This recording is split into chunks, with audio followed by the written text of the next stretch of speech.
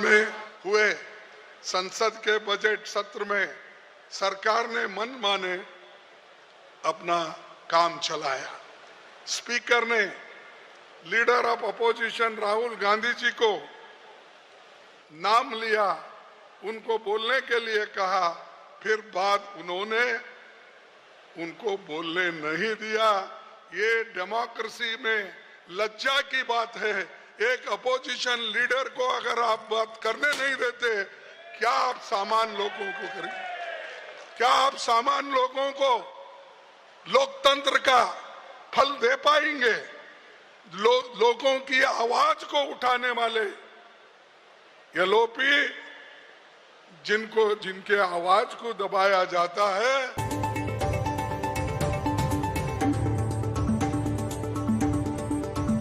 EVM पे चल रहे हैं। ये सब फ्रॉड है, मैं ये कहूंगा।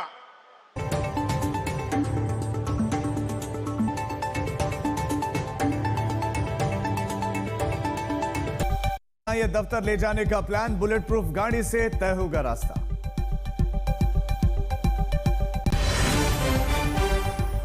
आतंकी तहव्वुर के प्रत्यर्पण पर सियासत तेज, बोली बीजेपी जिनकी सरकार में धमाके हुए वो नहीं ला पाए, कांग्रेस का जवाब, हमने सौंपे दस्तावेज।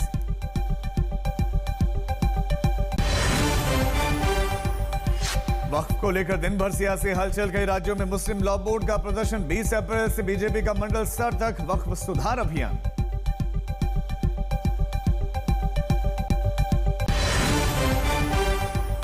कांग्रेस अधिवेशन में गूंजा जाति जनगणना, बोले राहुल, दशकों देश को भागीदारी जानने का हक है। बीजेपी ने कहा, इन्हें तो गंभीरता से नहीं लेती जनता।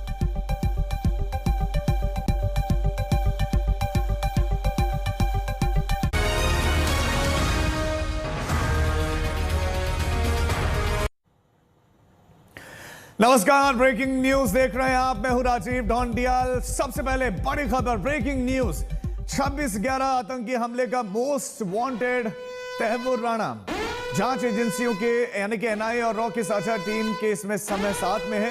मुंबई के 26/11 हमलों के आरोपी तहव्वुर राणा को थोड़ी ही देर बाद दिल्ली लाने वाली है टीम। भारतीय समय के मुताबिक कल शाम को लगभग 7 बजे अमेरिका से एक विशेष विमान से तहव्वुर राणा को लेकर टीम ने उड़ान भरी थी और अमेरिका से वो दिल्ली के पालम टेक्निकल एयरपोर्ट पर लैंड करेगा, जहां से वो सीधे एनआईए के दफ्तर में ले जाया जाएगा आरोपी को। और सूत्रों के मुताबिक दिल्ली में उसे तिहाड़ जेल में रखा जाएगा।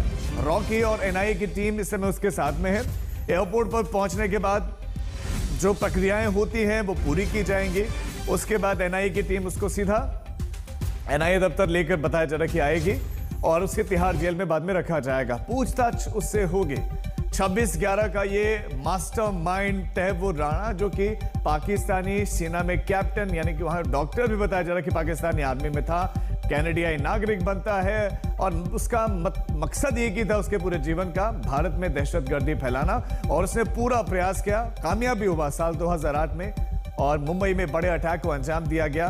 भारत ने प्रयास किया और प्रत्यर्पण संधि के तहत अब ये भारत आ रहा है कुछ ही घंटे और उसके बाद ये भारतीय सरजमी पर होगा। वो लोग जिन्होंने 26/11 में जान गंवाई वो तो वापस नहीं आ सकते, लेकिन पाकिस्तान का जो ये काला चेहरा है वो पहले भी कसाब के मामले में और दूसरे जो ढेर हुए उजागर हुआ, पाकिस्तान ने स्वीकार नहीं किया, लेकिन ये जीता जागता सबूत फिर भारत आ रहा है। हमारे 4 संवाददाता इस खबर पर ज्यादा जानकारी के साथ जुड़ गए हैं। जितेंद्र बहादुर सिंह हमारे साथ जुड़े हैं, आशुतोष मिश्रा हमारे संवाददाता, संजय शर्मा हमारे साथ जुड़े हैं, साथ ही साथ मंजीत नेगी भी हमारे साथ जुड़े हैं। मंजीत, सबसे पहले आपके पास आते हुए आपसे कितनी देर बाद हम उम्मीद करें कि यह आतंकवादी भारतीय सरजमी पर होगा? देखिए राजीव, कुछ ही समय बाकी है जब तहव्वुर राणा, जो कि मुंबई 26/11 हमले का मुख्य साजिश करता है, वो भारत की ज़मीन पर होगा। समय थोड़ा आगे पीछे जरूर हो रहा है क्योंकि पहले खबर चूंकि एनआईए लाया जा सकता है, उसके पास आसपास आवाजाही रोक दी गई है। जवाहरलाल नेहरू मेट्रो स्टेशन का गेट नंबर 2 बंद कर दिया गया है। अभी जानकारी मिल रही है कि सुरक्षा कारणों से मेट्रो के इस गेट को बंद किया गया है। जेएलएन मेट्रो स्टेशन का गेट नंबर 2 बंद कर दिया गया है। बड़ी खबर इस समय आपको दे दें, तहव्वुर राणा भारत लाया जा रहा है और इसी के कहेंगे कि पूरा ये एरिया जो है उसको खाली करा लिया गया है। एनआईए हेडक्वार्टर के सामने जो है यहाँ की सड़कों को जो है पूरी तरीके से आप देखिए कि दोनों तरफ के आने जाने के जो रास्ते हैं उसको बंद किया गया है। इसके साथ ही जो जवाहरलाल नेहरू मेट्रो स्टेशन है ये इसका गेट नंबर 2 जो है उसको भी बंद किया गया है। आप तस्वीरों में यहाँ सामने देख सकते हैं कि जो लोग यहाँ पर अभी अब से थोड़ी देर पहले आ जा रहे थे, ये जवाहरलाल नेहरू मेट्रो स्टेशन है सामने की तरफ, और यहां से अभी उनको आने के लिए रोका गया है कि वो लोग नहीं आए। यानी कि उम्मीद ये की जा रही है कि अब से कुछ घंटों बाद जो है वो तहव्वुर राणा यहां एनआईए हेडक्वार्टर लाया जा सकता है, इस तरीके की जानकारी मिल रही है। क्योंकि जैसे ही विमान एयरपोर्ट पर लैंड करेगा, विशेष विमान से उसको लाया जा रहा है, उसके बाद सीधे उसको यहां एनआईए हेडक्वार्टर लाया जाएगा, जहां पर उसका एक मेडिकल चेकअप होगा और उसके बाद जो है उसको कोर्ट में प्रोड्यूस किया जाएगा, इस तरीके की जानकारी मिल रही है। तहव्वुर राणा को लेकर के एक जानकारी ये भी मिली है कि जब विमान वहां लॉस एंजल्स से उड़ा है तो उसके बाद एक बार रिफ्यूलिंग उसकी की गई है रास्ते में बीच में। इस वजह से जो कुछ देरी हो रही है उसको देखा जा रहा है, क्योंकि पहले कहा जा रहा था कि सुबह ही विमान लैंड करेगा, लेकिन अब ये कहा जा रहा है कि 2 से 2:30 बजे के आसपास जो है उस विमान की लैंडिंग होगी। तो इस तरीके की जानकारी मिल रही है। जैसे विमान लैंड होगा, विशेष विमान, उसको यहाँ पर दिल्ली मुख्यालय लाया जाएगा और इसी यहाँ पर जो एनआईए हेडक्वार्टर है उसका मुख्यालय जो है उसके बेसमेंट में लॉकअप है, वहां पर रखा जा सकता है, इस तरीके की जानकारी मिल रही है। तो तहव्वुर राणा से पूछताछ एनआईए की टीम करेगी। जब उसको कोर्ट में प्रोड्यूस करेगी उसके बाद उसको पुलिस कस्टडी में लिया जाएगा और उससे विशेष तरीके से पूछताछ। ठीक है जितेंद्र, आपके पास हम लौटते हैं। तस्वीरें भी आपने दिखाई, पूरी तरह से वहां आवाजाही रोक दी गई है। तहव्वुर राणा अब भारत आ रहे हैं, कुछ ही घड़ी में वो भारत में पहुंच जाएगा। 26/11 आतंकी हमलों का ये मोस्ट वांटेड, इसने मदद की आतंकवादियों की, पूरी समीक्षा भी इसने की, साजिश भी इसने रची और अब इसे इन्वेस्टिगेशन होगी। और एनआईए ने अपनी पूरी तरह से तैयारियां कर ली हैं और रॉ की टीम के साथ, एनआईए की टीम के साथ वो भारत आ रहा है विशेष विमान से और बताया जा रहा है कि पालम एयरपोर्ट पर पहुंच जाएगा। कुछ ग्राफिक्स भी इससे जुड़े हुए आपको दिखाते हैं। आतंकी तहव्वुर राणा पाकिस्तानी सेना, फिर उसके बाद से ये कनाडाई नागरिक बनता है। एक पूरी की पूरी कहानी है, भारत विरोधी साजिश ये रचता है और जांच एजेंसियां लगातार प्रयासरत थी और इसको इस तक जो है अमेरिका में खूब प्रयास किए गए। अब तहव्वुर राणा पर कहां पर क्या क्या चल रहा है वो भी आपको बताते हैं। पटियाला हाउस कोर्ट में यहीं पर सुनवाई होगी। आर्थर रोड जेल मुंबई, पूछताछ के लिए मुंबई भी ले जाने पर जो है ले जाया जाएगा। बैरक नंबर 12 का जो सेल है उसमें बताया जा रहा है कि इसे रखा जाएगा। ये आतंकी तहव्वुर राणा, जिसने ठीक पीछे जो आपको होटल दिखाई दे रहा है, ताज होटल, यहां पर भी कई लोगों की चीख पुकार मची थी और एक तस्वीर भी दिखाई गई थी। अब इस आतंकवादी से, इससे से जुड़ी हुई जो है वो पूछताछ होने वाली है।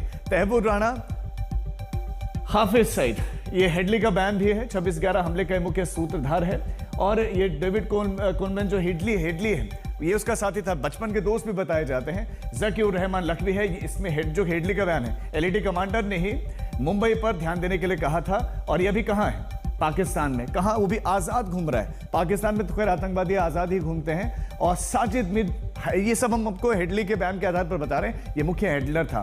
और इस समय ये कहाँ है, ये साजिद मीर इस समय पाकिस्तान की जेल में बंद है, लेकिन जेल में भी वो आराम की जिंदगी पाकिस्तान में जी रहा होगा। मेजर इकबाल भी एक महत्वपूर्ण किरदार साजिद मीर के साथ काम करने में ये था और ये अभी है कहाँ, मेजर इकबाल अभी भी क्लियर नहीं है। तिहाड़ जेल भी बताया जा रहा है कि पूरी तरह तैयार है और हमारे संवाददाता आशुतोष मिश्रा इस समय तिहाड़ जेल के बाहर हैं। तिहाड़ में किस तरह की हलचल है, कब तक लाया जा सकता है, कौन सी बैरक में रखा जा सकता है, कुछ इन वहां से जानकारी मिल रही है आशुतोष?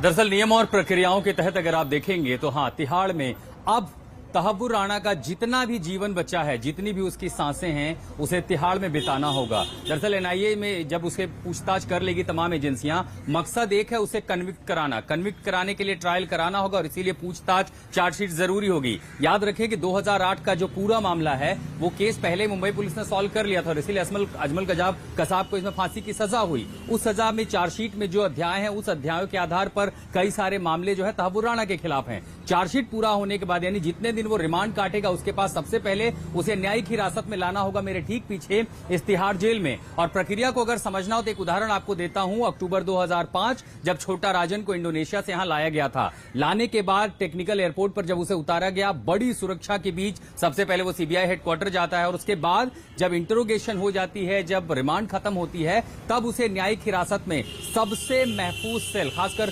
कुख्यात अपराधियों के लिए, और अगर दो नजरिए से देखें भारत के लिए वो कुख्यात आतंकी है, मोस्ट वांटेड है, लेकिन जांच की दिशा से अगर आप देखेंगे, इंफॉर्मेशन के नजरिए से देखेंगे तो वो एक हाई वैल्यू एसेट है जिससे न सिर्फ 2008 में पाकिस्तान के और कई चेहरों के बारे में मालूमात मिलेगी बल्कि और दूसरी संभावनाएं जिन पर आतंकी नेटवर्क वहां काम करता था उससे अहम जानकारी भारतीय खुफिया एजेंसियों को मिलेगी। लेकिन जब बात एनआईए की होगी जो इस मामले में जांच करेगी, कन्विक्शन के लिए कोशिश करेगी, और इसीलिए प्रक्रिया के तहत उसे एक वकील भी दिया जाएगा, और इसीलिए न्यायिक हिरासत में आने के बाद से लेकर के उसके कन्विक्शन से लेकर के उसकी सजा जो कि एनआईए कोर्ट तय करेगी कि वो आजीवन जिंदा रहेगा आखिरी सांसों तक यहां या उसे फांसी की सजा होगी, वो यहां एक मोस्ट सिक्योर सेल में रहेगा जहां कई कुख्यात आतंकी, कई कुख्यात अपराधी इस तिहाड़ में रहते हैं। उसी तरह की व्यवस्था यहां की गई है। ठीक है आशुतोष, लौटते हैं आपके पास। संजय का एक बार रुक कर लेते हैं। संजय, आशुतोष ने जो प्रक्रिया है वो बताई, लेकिन चूंकि प्रत्यर्पण संधि के तहत आ रहा है तो अधिकतम सजा कितनी हो सकती है, क्या हो सकती है? प्रत्यर्पण संधि के तहत वो आ रहा है, ऐसे में अधिकतम सज़ा उम्र कैद, और उसमें अदालत पर है कि अधिकतम सज़ा तो सज़ाए मौत है। उसमें अगर रियायत बरती जाती है, एनआईए के पास जितने सबूत हैं, अदालत उससे संतुष्ट नहीं होते तो उम्र कैद तो है ही, वो सज़ा तो कहीं नहीं गई, चूँकि जो आरोप लगाए गए हैं, जो सबूत हैं, वो सबूत चीख चीख कर इन सारी चीज़ों की तस्दीक करते हैं। तो ऐसे में अब अदालत में, लेकिन जो आपने सारी चीज़ें सूत्रों में बताई हैं, तो जैसे ही वो यहाँ आएगा, शाम तक उसके पहुँचने की उम्मीद है, और जैसे ही वो यहाँ आएगा सबसे पहले पुलिस एनआईए उसे गिरफ्तार करेगी। भारत की सरजमी पर आते ही भारत के कानून के मुताबिक गिरफ्तारी के बाद ये लाजमी है कि उनका इंटरनेशनल पैरामीटर्स पर उनका मेडिकल चेकअप कराया जाएगा। मेडिकल की रिपोर्ट के साथ उसे एनआईए की कोर्ट में पेश किया जाएगा। तो कहा यह जा रहा है कि पटियाला हाउस, चूंकि यहाँ एनआईए कोर्ट है, स्पेशल एनआईए जज यहाँ उसके मामले की सुनवाई करेंगे, तो दो ऑप्शन हो सकते हैं, या तो उसे वीडियो कॉन्फ्रेंसिंग के थ्रू यहाँ पेश किया जाए, या फिर एनआईए स्पेशल जज खुद एनआईए हेडक्वार्टर जाएं और वहाँ अदालत लगाएं। लेकिन इसके लिए नियम यह है कि उपराज्यपाल की मंजूरी की ज़रूरत पड़ती है अगर कोर्ट यहाँ से वहाँ जाती है। तो ऐसा पहले भी एक बार हो चुका है, जिस समय सीबीआई के स्पेशल कोर्ट छोटा राजन मामले में सीबीआई हेडक्वार्टर में ही लगाई गई थी। तो जब कोर्ट में पेशी होगी, कोर्ट तय करेगा कि उसे एनआईए की हिरासत में कितने दिनों के लिए भेजा जाए, और जब एनआईए की हिरासत यानी 30 दिनों तक एनआईए हिरासत में ले सकती है, अलग अलग चरणों में, अलग अलग फेजेज में। तो ऐसे में जब एनआईए की विशेष अदालत जब उन्हें जुडिशियल कस्टडी में भेजेगी तभी वो तिहाड़ जेल जाएगा, उससे पहले वो तिहाड़ जेल नहीं जाएगा। और तिहाड़ जेल में जैसा कि सूत्र बता रहे हैं कि वहाँ एक स्पेशल सेल है जो पूरी तरह से सुरक्षा से 24 घंटे सुरक्षा के घेरे में रहेगा, वहाँ पर तहव्वुर राणा को रहना पड़ेगा। उसके पास दो ही ऑप्शन है, कानून के जानकार बता रहे हैं, या तो फांसी या फिर आखिरी सांस तक जेल। ठीक है संजय, आप सभी हमारे साथ बने रहे। हमारे साथ हमारे संवाददाता मुस्तफा शेख और हिमांशु भी जुड़ गए, उनके पास भी मैं जाऊंगा। लेकिन ये बहुत बड़ी कामयाबी है, बहुत बड़ी कूटनीतिक जीत इसे माना जा रहा है। अब तहव्वुर राणा के लिए क्या तैयारियां हैं? मार्क्समैन तैयार है। मार्क्समैन ये वाहन है, पालम एयरपोर्ट पर इस मार्क्समैन को तैयार किया गया है। आप इसके डिजाइन से अंदाजा लगा सकते हैं कि कितना सिक्योर ये है। एनआईए मुख्यालय तक तहव्वुर राणा को इसी मार्क्समैन, इसी वाहन के भीतर रखा जाएगा, और ये बहुत सुरक्षित गाड़ी मानी जाती है, बहुत सुरक्षित गाड़ी। फायर किया जाएगा, कहीं कोई स्नाइपर होगा भी तो उससे बेअसर हो जाएगा, और किसी भी तरह के हमले जो है इससे बेअसर हो जाते हैं, और आतंकवादियों को आमतौर पर इसी से कोर्ट लाया जाता है। हमारे साथ हमारे संवाददाता लगातार बने हुए हैं। मंजीत, आपके पास आते हुए एक छोटा सा रिएक्शन आपसे जानना चाहूंगा कि तहव्वुर की वापसी पर गृह मंत्रालय कितना सजग है, उस पर लौटता हूं। लेकिन जेल की बात करें, जेल की सबसे सुरक्षित सेल मानी जाती है जहां पर यह तहव्वुर रहेगा, और इसे अंडा सेल बताया जा रहा है कि जिसमें ये रखा जाएगा। इस सेल की जो शेप है वो अंडे के समान है, इसलिए उसे अंडा सेल भी कहते हैं। और कोठरी में बिजली भी नहीं होती है। जहां पर यह तहव्वुर राणा रहेगा, अंधेरे में ही ये कैदी रहेगा, वहीं पर इसका पूरा का पूरा समय गुजरेगा। इन्वेस्टिगेशन के लिए बाहर आएगा या फिर वीडियो कॉन्फ्रेंसिंग के जरिए कोर्ट में पेश कभी होगा, उसी कोठरी में रहेगा। और कोठरी के बाहर क्या होता है, इलेक्ट्रिक फेंसिंग होती है। मंजीत आपके पास लौटूंगा, लेकिन हिमांशु का भी एक बार जल्दी से रुक कर लेते हैं। जरा अंडा सेल के बारे में और विस्तार से बताएं कि इससे पहले किस किस तरह के अपराधी इस तरह के अंडा सेल में रहे हैं और क्या और इंतजाम है हिमांशु।